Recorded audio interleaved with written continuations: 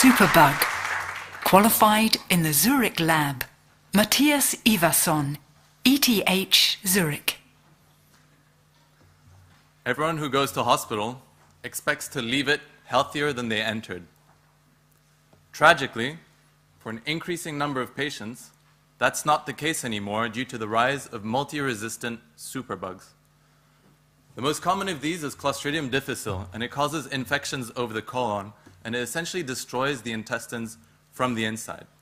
As you can see from the chart on the right, the incidence has been rising dramatically in the last 15 years to reach almost 1 million cases, causing roughly 30,000 deaths and billions of dollars in associated healthcare costs every year in the United States and Europe.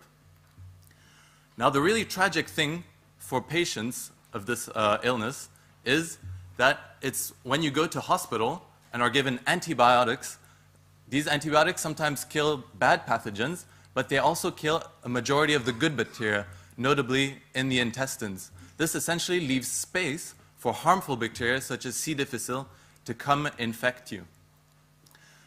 Now, the really tragic thing for these patients is that even though the infection is caused by antibiotics, it's also an even stronger course of antibiotics that's administered to treat the infection. And you can immediately see how this leads to a vicious cycle of recurrence and of debilitating disease. Here it is. There we go. Next slide. Now, the unique thing about Clostridium difficile is that it's not actually the bacterium itself that causes the infection, but rather toxins that it secretes into the colon. And what we've done is we've come up with a little molecule, a small molecule that's able to inhibit these toxins. And what it does is that it prevents all damage to the intestinal cell wall, and this enables the natural gut flora to regenerate itself and to outcompete the harmful bacteria. We've already tested this in vivo in a first study and are currently carrying it out in an industry standard animal model to really obtain a very rigorous proof of concept. In the coming months, we'll be looking to raise funding so that we can pursue this development, bring it into clinical trials, and ultimately provide a patient benefit. My name is Mattias Ivarsson, and please vote for me if you want to make a contribution to breaking the wall of a hospital superbug.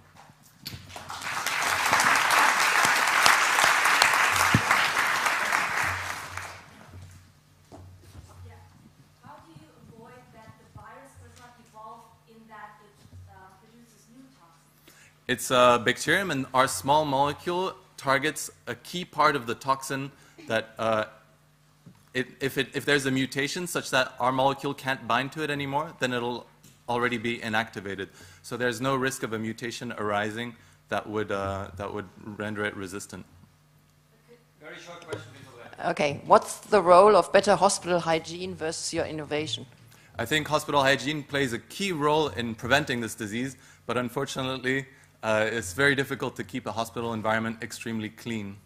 Thank you very much.